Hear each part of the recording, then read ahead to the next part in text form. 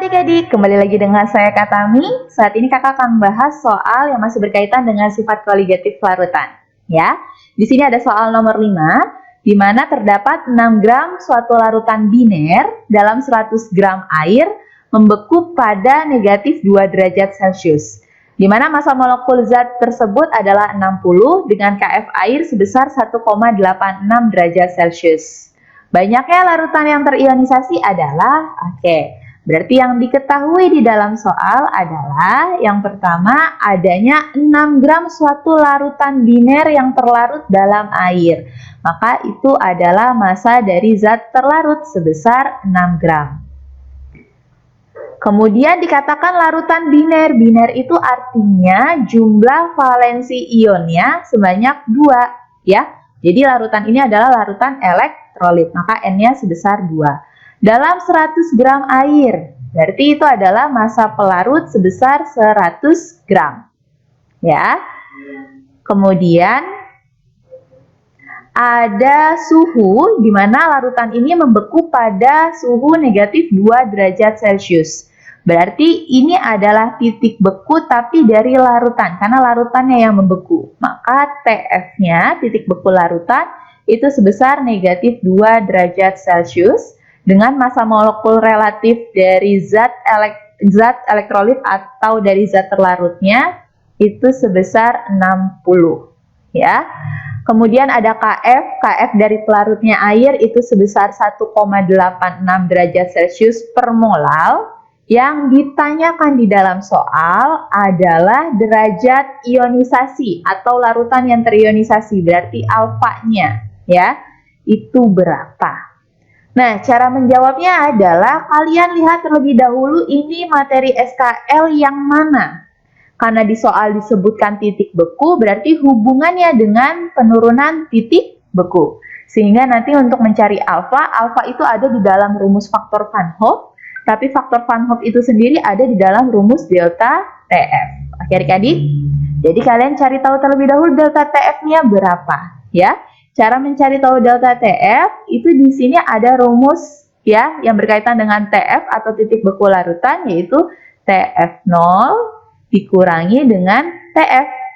Di mana air membeku pada suhu 0 derajat Celcius dikurangi dengan titik beku larutannya adalah negatif 2 derajat Celcius. Sehingga diperoleh delta TF-nya sebesar 2 derajat Celcius. Lalu tinggal kalian masukkan ke dalam rumus delta TF-nya sekarang, ya. Tapi rumus delta TF yang ada kaitannya dengan faktor Van Hoff itu yang M dikali KF, kemudian kita kalikan I, jangan lupa. Ya adik-adik, molalitasnya sudah ada belum? Kalau belum ada berarti harus kalian cari tahu terlebih dahulu dengan rumus massa zat terlarut dibagi dengan MR dari zat terlarut, dikali dengan 1000, ya. Kemudian kita bagi dengan massa dari pelarut murninya, dikali dengan KF, lalu kita kalikan dengan I, ya.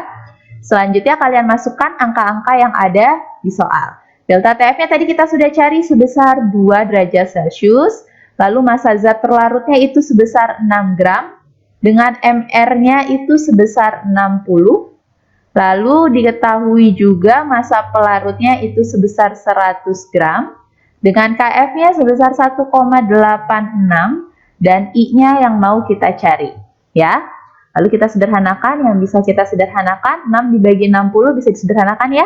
Coret, sisa 10, 1000 dibagi 100 juga bisa, disederhanakan, sisa 10, 10 bagi 10 juga bisa, habis ya. 10 dengan 10 ini kita bisa coret, habis. Ya, sisa 1, maka nanti yang dihasilkan dari proses penyelesaian ini adalah 2 sama dengan, ini 1 dikali 1,6 adalah 1,86 dikali dengan I. Maka diperoleh hasil I-nya adalah 2 dibagi 1,86, itu hasilnya 1,075. Tapi belum sampai di sini saja, karena yang dicari adalah alfa. Maka harga I kita bedah lagi, yaitu rumusnya N-1 dikali dengan alfa ditambah dengan 1, hasilnya adalah 1,075. di mana N-nya tadi di soal sudah diketahui itu sebesar 2 dikurang 1 ya, dikali alfa yang mau kita cari ditambah 1 sama dengan 1,075. 2 dikurang 1 adalah 1 dikali alfa, hasilnya alfa, ditambah 1 sama dengan 1,075, maka diperoleh nanti harga alfanya itu sebesar 1,075 dikurang 1. Jadi nilainya 0,075. Selesai. Jadi jawabannya adalah yang D. Seperti itu ya untuk soal nomor 5 penjelasannya ya. Kalau nanti kalian ingin tahu soal-soal yang lebih banyak lagi, bisa kalian lihat di video-video selanjutnya. Oke, terima kasih.